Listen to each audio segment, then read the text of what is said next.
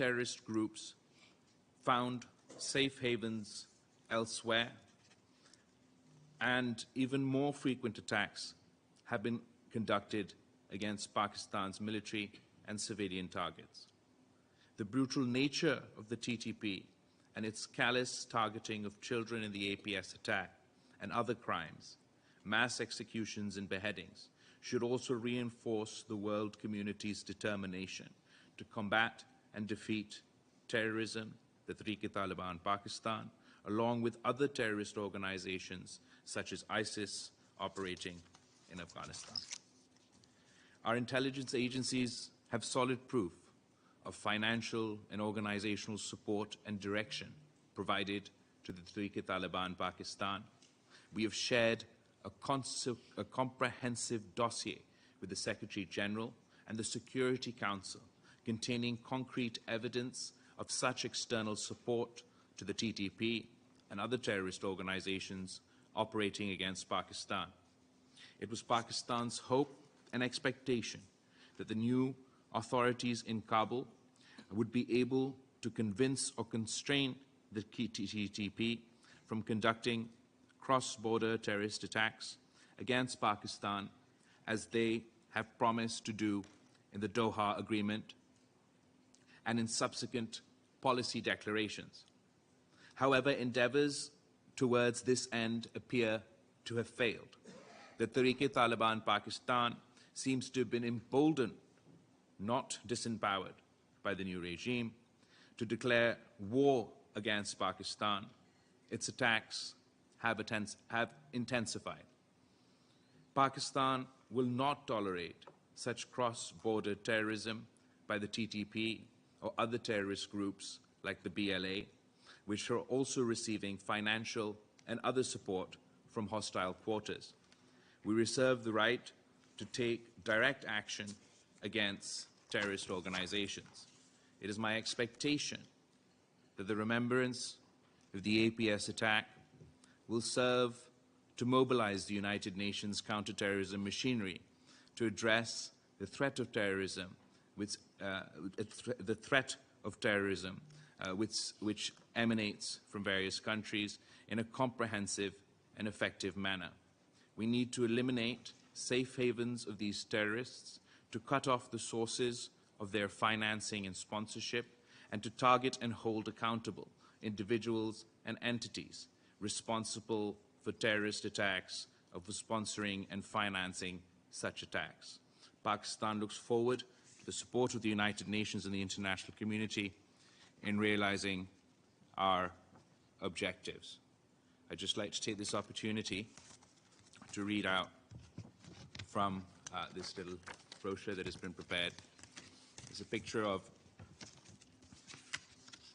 Ms. Taira Qazi, who is the principal of the APS school, with the quote from her and her last words: "They are my children and I am their mother." Taira Qazi was burnt alive by the terrorists in front of her pupils. This is a picture of Sher Shah Khattak. He embraced martyrdom at the APS attack and sacrificed his life to save his injured colleagues and classmates. I too have lost my mother in a terrorist attack by the same organization. But they say that the only thing harder than a child burying a mother is a mother burying their son. I thank you all for joining us today in solidarity for Pakistan's long and arduous conflict against terrorism. Thank you. I'd like to thank the Foreign Minister for his important remarks, and I would now give the floor to the Deputy Under Secretary General of the UNOCT, His Excellency Mr. Rafi Gregorian, to deliver his remarks. Mr. Gregorian, you have the floor.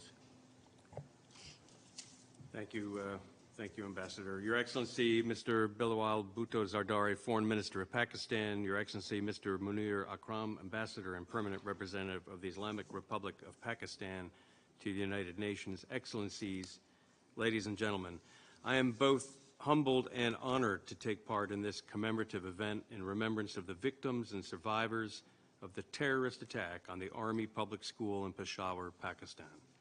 As an American, I am sadly all too familiar with the horror of children being killed in schools. 2 days ago, we marked the 10th anniversary of the Sandy Hook massacre, in which 26 and 7-year-olds were gunned down in their classrooms along with 6 of their teachers. I remember the powerful mixture of anger and bottomless sadness. 2 years and 2 days later, an even more horrifying, indeed unimaginable massacre took place at the Army Public School in Peshawar, in which the children victims were counted in the triple digits. The attack shocked the conscience of the world, but as a father and former military officer, the deliberate mass murder of children, of service members, resonated deeply with me personally. Nothing in this world is more reprehensible, heinous,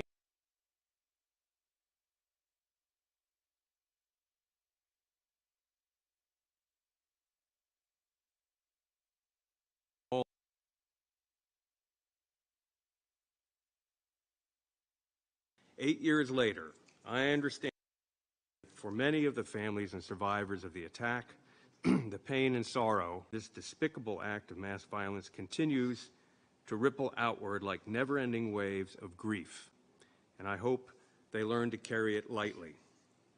There is no justification for attacking defenseless children, especially while they learn." As the Secretary General said in response to the attack, quote, "Going to school should not have to be an act of bravery," unquote. Schools must be safe and secure learning spaces. Today's commemorative event reminds us that no matter how long ago an attack occurred, victims continue to live and cope with its legacy. Their need to be heard and to memorialize their losses will likely never fade. The United Nations stands in solidarity with the victims, survivors, and their families whose lives and futures were changed forever on that day. Their courage and resilience are an inspiring example, I hope, for all of us. Excellencies, ladies and gentlemen, we live and work in an increasingly interconnected world, and terror attacks can impact anyone, anywhere. Cross-border victims also face additional challenges. It thus remains vital that we strengthen international cooperation to ensure that all victims everywhere are protected and supported. Protection of and support for victims of terrorism is, of course, the primary responsibility of member states. It is a humanitarian and human rights imperative. The United Nations has taken important steps over the last few years to support the needs and advance the rights of victims of terrorism. The establishment of the International Day of Remembrance of and Tribute to the Victims of Terrorism, the creation of the Group of Friends of Victims of Terrorism, and the adoption of 2 milestone General Assembly resolutions dedicated to victims. However, as recalled during the first United Nations Global Congress for Victims of Terrorism, organized by UNOCT in September this year, more remains to be done. First, we need to be more inclusive. We need to be better at putting victims first, giving them a voice, and engaging with them and reflecting their concerns. In this regard, victims of terrorism and victims associations must be included in all our efforts to counter terrorism and prevent violent extremism conducive to terrorism. Second, we must encourage existing national and regional systems to step up and play their vital role in helping victims of terrorism who require long-term support to recover and cope with the impact of terror attacks, including medical, financial, and psychosocial support. Child and youth victims process their experience of terrorist acts differently to adults and are often among those most vulnerable to their effects. Children require specialized and age-appropriate support delivered with the best interest of the child as the primary consideration. There is also a crucial need for specialized gender-sensitive services embedded in communities, whilst providing protection, reparation, and access to justice for victims and survivors. Third, we need to enshrine victims' rights in domestic legislation and develop national comprehensive assistance plans as called for in General Assembly Resolution 73/305. In this regard, many member states still need to establish and strengthen domestic legislative frameworks to protect, promote, and fulfill the rights of victims at the national level for accountability and sustainability in line with international standards and obligations, including international law. The United Nations stands ready to assist requesting member states in developing national comprehensive assistance plans. We're also ready to help strengthen and develop legislation on victims of terrorism in line with the model legislative provisions that were launched by the United Nations Office of Counterterrorism, the United Nations Office of Drugs and Crime, and the Interparliamentary Union earlier this year. Excellencies, ladies and gentlemen, by reinforcing victims' resilience, showing solidarity, and providing support, we can contribute to rebuilding the fabric of communities torn apart by terrorism. We also understand the power and strength of partnerships to sustain this effort. We know that to be effective in countering terrorism and preventing violent extremism conducive to terrorism, the United Nations must work hand in hand with member states and alongside partners such as victims of terrorism, victims associations, and other civil society organizations, academia, and the private sector. There are also strong synergies between the vision set out by the Secretary General's report on our common agenda and the global counterterrorism strategy, in particular to promote a people-centered approach with victims and survivors at its core. The report identifies terrorism as a strategic risk and requires our continued cooperation as part of a new agenda for peace. Excellencies, ladies and gentlemen, to all the victims, survivors, families, and friends present at this important commemorative event today, the United Nations stands with you and resolves to not only work to defeat terrorism, but to also improve the situation for existing and future victims.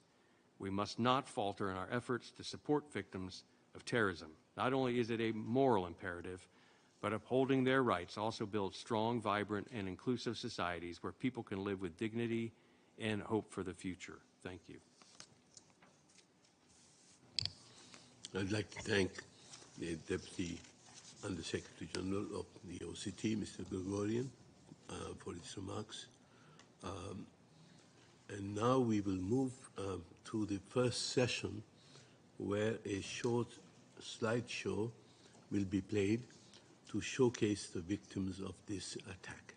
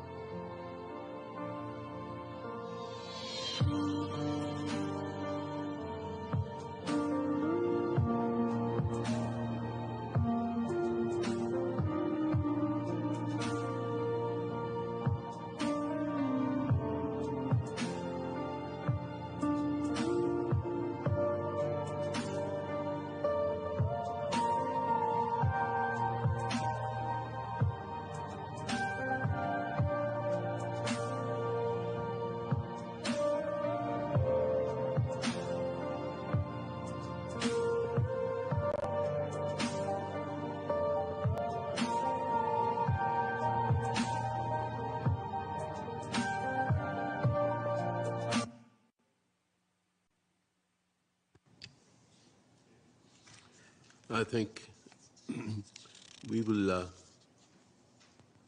now, I would request Mr. Ahmed Nawaz, who is a survivor and a brother of one of the martyred victims, to deliver his remarks. He is participating virtually from the United Kingdom, where he's pursuing his studies at Oxford University. Mr. Ahmed, you have the floor.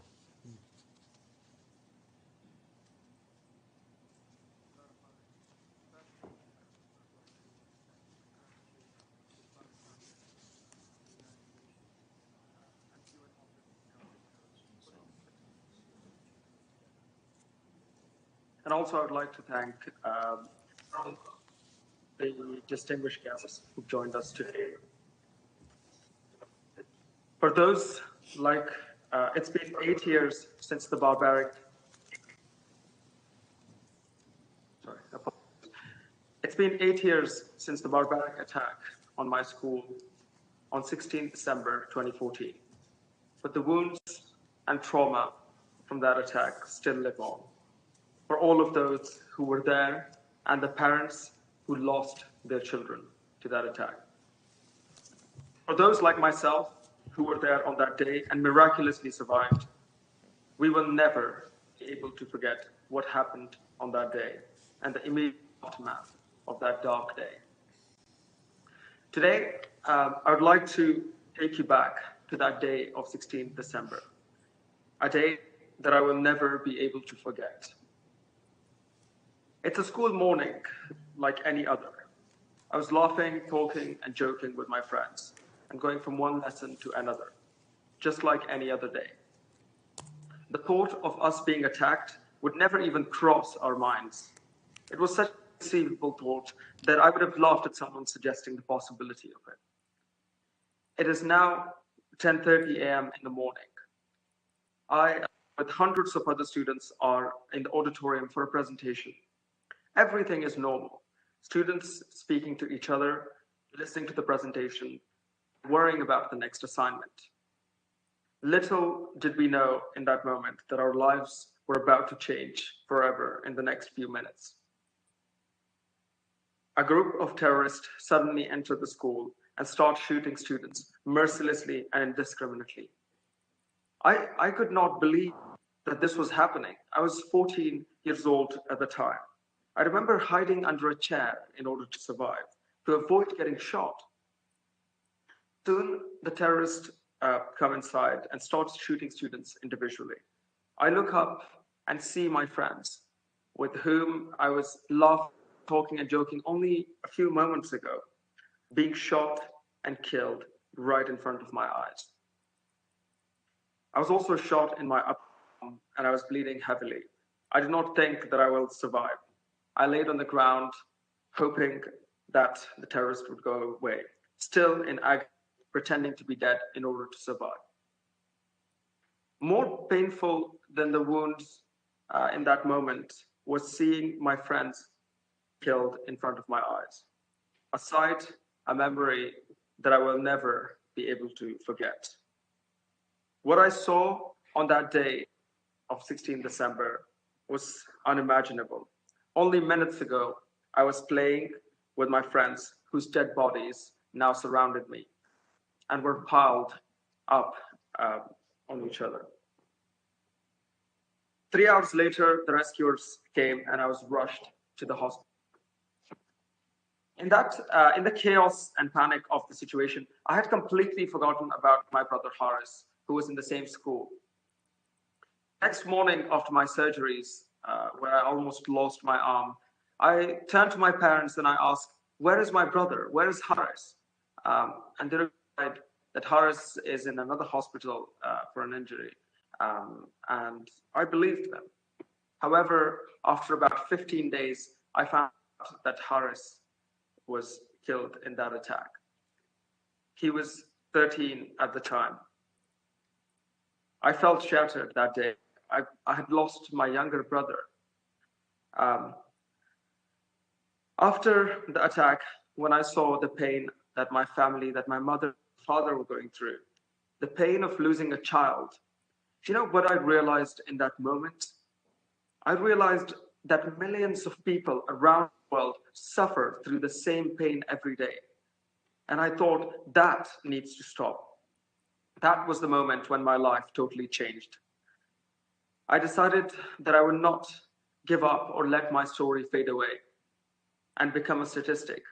I became determined to make sure that no one in this world would suffer from the same thing ever again. I decided that I will do whatever I can to overcome this adversity and first make myself into an example of resilience in the face of terrorism, and then make sure that children in Pakistan and around the world continue their education, not be deterred by such cowardly acts. I continued my studies after my treatment with renewed motivation and started a campaign to make sure that children acquire education to avoid falling victim to radicalization. Over the last year, since that tragic incident happened that took away my brother, many of my friends and my teachers, I acquired a scholarship at one of the best schools in the UK. I then went on to study at the University of Oxford, a place that I would have never dreamt of being, where I'm currently studying. Became the second Pakistani ever to become president of the prestigious Oxford Union, second to Shaheed Muhtarama Benazir Bhutto, an honor that I will cherish. I built a school for refugee children in Lebanon, and I provided scholarships to young in deprived parts of Pakistan. This, ladies and gentlemen, is my response to the terrorists who attacked us and terrorized the people of Pakistan for decades. This is a message to the terrorists that our resilience trumps any attempt to put us down. This is a message of hope for all the people who have suffered through terrorism and hardships. A message that we can, despite the adversities of life, succeed and go forward. Now, the terrorists targeted our school, and I think there was a reason behind it.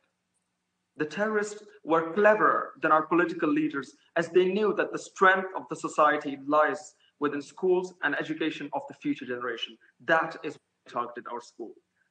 And this shows us that it is not military or any other forces that they fear, but it is young people shaping their future, resisting and embracing knowledge. The terrorists who attacked us on 16 December 2014 did so because they're terrified of us and everything that we represent, the hope and the potential that comes with educating young people. Now, the role of educating young people can play in transforming society into a peaceful one is huge, but it's not just a matter of merely providing an education in the conventional sense. We have to go beyond that. We have to provide a more progressive form of education, an education that teaches to be compassionate, an education that teaches to be tolerant, and an education that teaches the child to work also for the betterment of the society and the country, and not just solely for themselves. That is when we will move forward as a society. Something that I learned through my journey that I would like to share with young people around the world, my journey from the attack, from the incident that changed my life, that changed the life of young people. And moving on from that, something that I learned was that in life, when an incident or something bad or a tragedy happens, we're often faced with two choices. The first one being, you can stay quiet, just try to forget about the incident and try to move on from it. Try to pretend that it was never a part of your life. That is a valid option. For people who suffer through things, people can choose to do that. Or you can stand up, speak out, and take action to make sure that no one else ever goes through the same thing ever again. That's the option that I chose. And I would encourage every person around the world to choose to do the same. And I say this because young people today are heard a lot more, a lot louder than ever before. And thus, I want to say to the young people listening to us today that we have a responsibility to speak out. Speak out about what you think is wrong, not just in your society, in the neighborhood around you, but in this world. Speak out, a voice for those people who cannot speak out for themselves, who are suffering in silence, who do not have the ability to stand up for themselves. And speak out because your voice will make a difference. It is all up to the young people today, whether in Pakistan or beyond, to decide whether you want to make your society and this world a better place, or let it become a place full of oppression and suffering. Because let's be honest, if we don't do it, no one ever will. And we will continue to see innocent people suffer every day. This, ladies and gentlemen, is my story. It is a story of hope, a story of resilience, and a story of victory. I believe that if my story even inspires one person, I will have taken revenge for my brother Harris and my friends who lost their lives on 16th December 2014. Thank you very much. I thank Mr. Ahmed Nawaz for his touching story and his courage and resilience. I would now like to request Ms. Andali Banu, teacher and mother of one of the martyred victims, to take the floor. Ms. Banu, you have the floor.